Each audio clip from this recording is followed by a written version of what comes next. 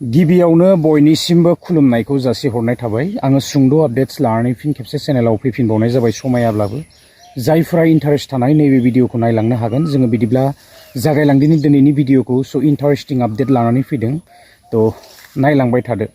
थ' बिदिब्ला आङो मैयाहाय माने मोनसे भिडिअ आपल'ड खालामदोंमोन। स' बे भिडिअनि सायावनो फंनैसो आङो सावरायलांग्रोदिनि सानदों। थ' बिनि उनावहाय जोङो दिनैनि आपडेट्सआवहाय थांदिनि। थ' आङो मैयाहाय मोनसे बेबायदिनो भिडिअ हगारनानै होदोंमोन, जेरावनाखि जोङो बेबायदि अरुण'दयनि रां जोङो नेनानै दङ बयबो ना। इबारावहाय माने जोंहा 10 तारिखआ बेबायदि सानडे गोलैनानै होदों। थ' बे सानडेनि सिगांनो निस्सय आङो भिडिअखौ आपल'ड खालामदोंमोन जानांगौ, मैया ना दाखालि आङो एक्जेक्ट गोसोआव गैला। जियानो हक आङो बेबायदि मोनसे भिडिअ हगारदोंमोन। थ' बिनिफ्राय जोङो मिथिनो मोन्दों दा, जितु जोंनि गोसोआव एसे माने सोंलु जागासिनो, फैसाया हाबदों नामा 1250 ताका बा 3000 राङाहाय।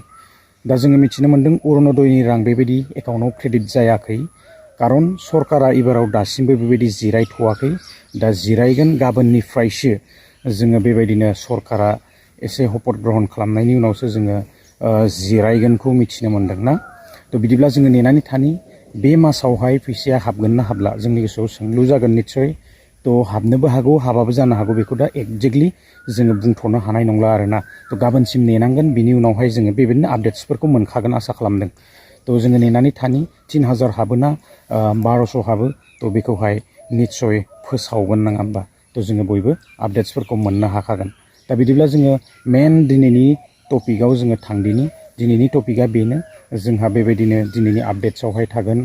जोङो मिथिनो मोन्दों इबारावहाय एनडिएनि सरकारा फैखाबाय, आरो बे सरकारा फैनाय लोगो लोगो दा आवगोलनिनो जितु सरकार, थाखानाय सरकार, बे सरकारानो फैफिनखाबाय। दा बेबायदि गोबांथार आरोबाव रांफोर होबावगोन। थ' मामायाहाय माने सरकाराव जयैनि सिगाङावनो थ' जोङो बेबायदि फेसबुकआवहाय पस्ट खालामनाय मोनसे पस्ट मोननो हादों। थ' बे पस्टआनो जाहैबाय इन्टारेस्टिं आपडेट।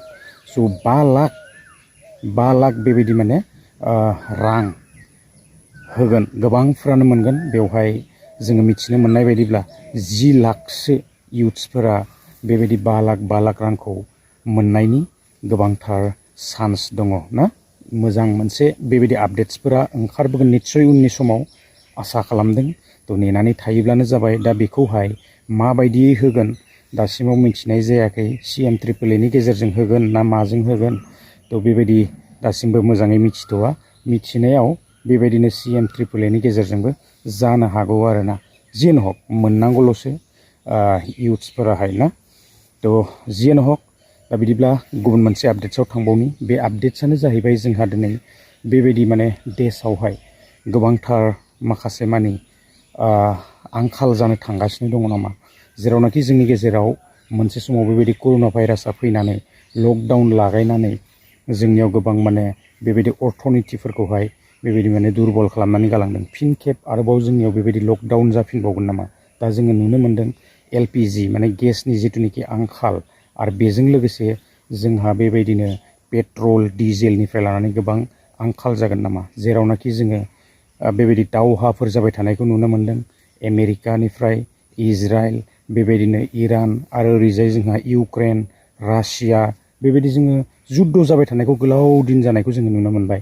थ' बे दावहानि थाखायनो निस्सय जोंनि हादोरसिमबो बेबायदि माने आंखाला सफैनो हागौ। थ' बेखायनो जोङो एसे दा माने निउसफोरनि गेजेरजों मिथिनो मोन्दों बेबायदि माने गारि मथर माने पेट्रल डिजेलखौ एसे खरसा खालामनायनिफ्राय, बांद्राय खरसा खालामनायनिफ्राय एसे माने सेभ जानानै थानांगौ। निस्सय जों बेबायदि खौरांफोर मोननो हागासिनो दङ ना। थ' आङो एसे आं बुंनाय राव नङा बियो, आङो भिडिअ क्लिप्स एसे होनानै होगोन। थ' नोंथांमोनहा नायलाङोब्लानो जाबाय। आं बिदिब्ला गोलाव खालामला, दिनैनि भिडिअआ बेसेखिनियानोमोन। नेक्स्ट भिडिअ लोगो मोनगोन। गोजोन्थों, बाय। साथियों, हमें पेट्रोल डीजल का उपयोग कम करना होगा। शहरों में जहां मेट्रो है वहां हम तय करें कि हम मेट्रो का ही उपयोग करेंगे, ज्यादा से ज्यादा मेट्रो में ही जाएंगे। अगर कार में ही जाना जरूरी है तो फिर कार पूल करने का प्रयास करें और भी लोगों को साथ बिठा ले।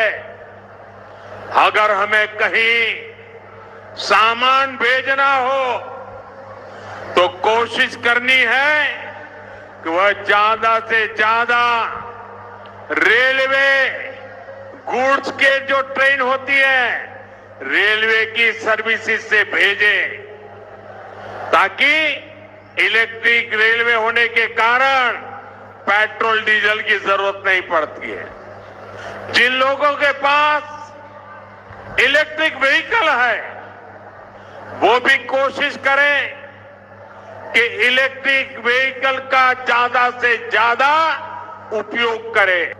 हमारे पड़ोस में ही इतना बड़ा युद्ध चल रहा है, इसका असर पूरी दुनिया पर पड़ा है और भारत पर तो और भी गंभीर असर हुआ है। साथियों, भारत के पास बड़े बड़े तेल के कुएं नहीं है।